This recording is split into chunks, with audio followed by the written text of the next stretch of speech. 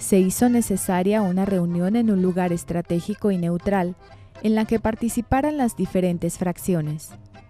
Aguascalientes se había mantenido al margen de cualquier actividad relacionada con la misma, debido a que Venustiano Carranza y sus seguidores buscaban el poder absoluto de la nación, incluso hasta desconociendo en su momento al traidor Victoriano Huerta.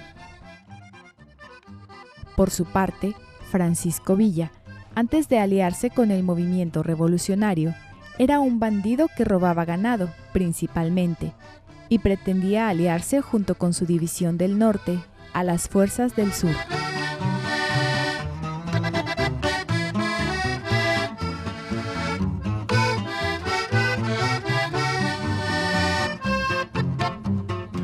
Emiliano Zapata buscaba una reforma agraria radical, bajo el lema de la tierra es de quien la trabaja, manifestando así su repudio en contra del dictador Porfirio Díaz.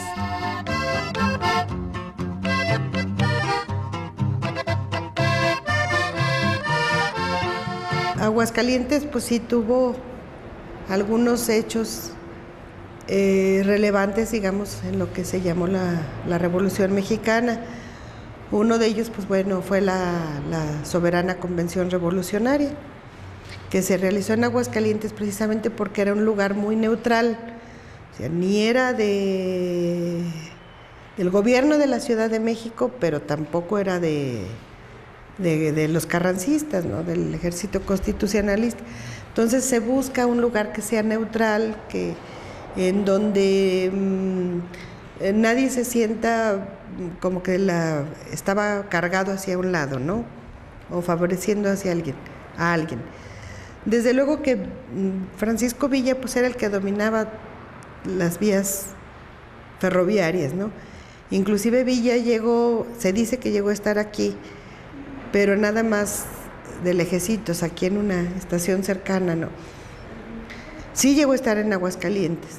Digamos que bueno, aquí lo que se hace es la reunión de los convencionistas, más o menos como del 9-10 de octubre a por ahí del 10 de noviembre. Más o menos fue un mes en el que estuvieron las diferentes fuerzas, villistas, carrancistas y zapatistas, pues tratando de ponerse de acuerdo cómo se iba a gobernar México, quién iba a ser el que iba a gobernar México. Había como tres guerras, ¿no?, como tres revoluciones. Los zapatistas querían una cosa, los villistas otra y los carrancistas otra. Entonces realmente, ¿cómo se iban a poner de acuerdo si cada quien traía sus ideales, que eran a su vez muy diferentes, ¿no?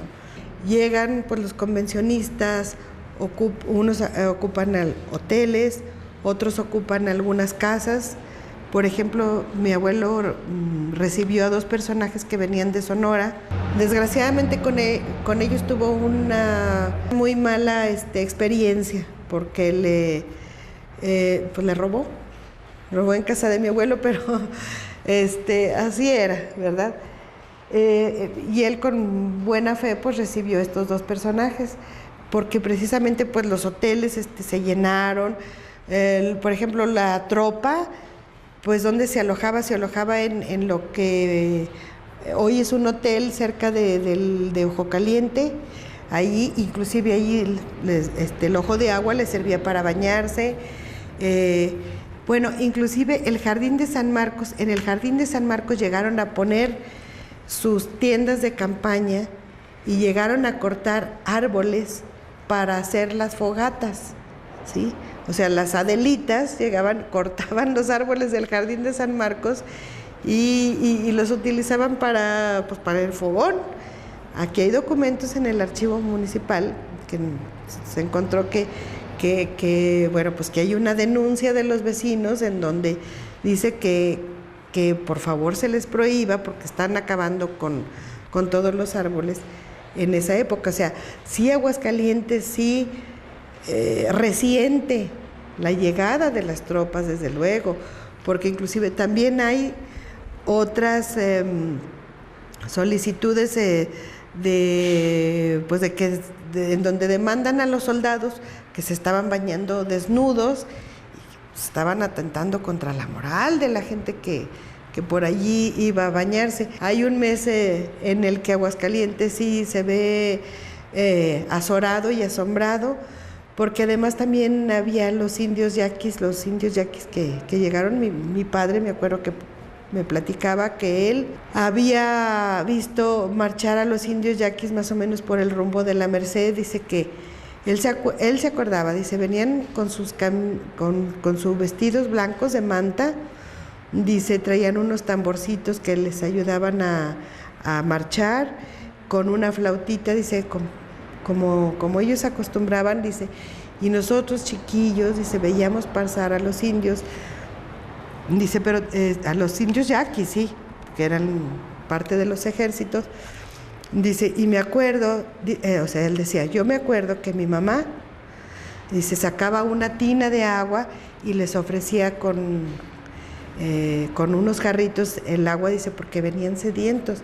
Muy probablemente esos indios yaquis que venían con las fuerzas del norte eran los que se iban a aposentar allí en el Jardín de San Marcos. Entonces, bueno, se distribuía en la ciudad para las tropas, ¿verdad? Desde luego.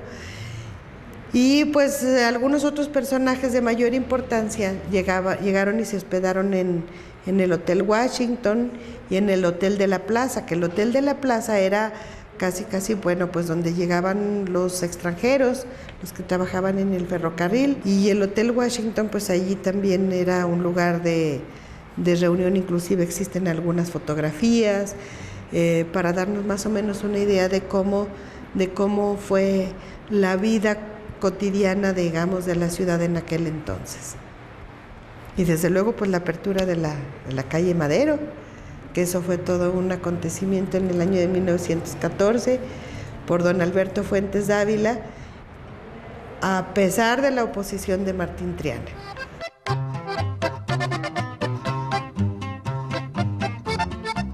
La convención se realizó del 10 de octubre al 9 de noviembre de 1914, en el conocido Teatro Morelos de nuestra ciudad. La convención, que Carranza creyó lo legitimaría, lo desconoció como presidente y lo cesó de su cargo. Carranza, en lugar de acatar las decisiones de la Junta, la declaró en rebelión. Villa se fortaleció en la Convención de Aguascalientes. Como resultado, Venustiano Carranza y Obregón rompieron con la convención. Villa tomó la Ciudad de México a nombre del gobierno de la convención, junto con su aliado Emiliano Zapata, en diciembre de 1914. Entonces tuvo lugar el Pacto de Xochimilco, en el que Pancho Villa aceptó el plan de Ayala en lo relativo al problema de la tierra, y en el que convenían llevar a la presidencia a un civil identificado con la revolución, nombrando así a Eulalio Gutiérrez Ortiz como presidente provisional de la convención a partir del 6 de noviembre de 1914. Tras verse manipulado por las tropas de Villa, decidió salir de la capital el 16 de enero de 1915 y trasladar su gobierno a San Luis Potosí, donde declaró a Villa y a Carranza traidores del espíritu revolucionario. Renunció formalmente al cargo el 2 de junio de 1915. Cabe señalar que en el proceso de la soberana Convención Revolucionaria, nuestro Palacio de Gobierno se convirtió temporalmente en Palacio Nacional, por los motivos de la misma convención.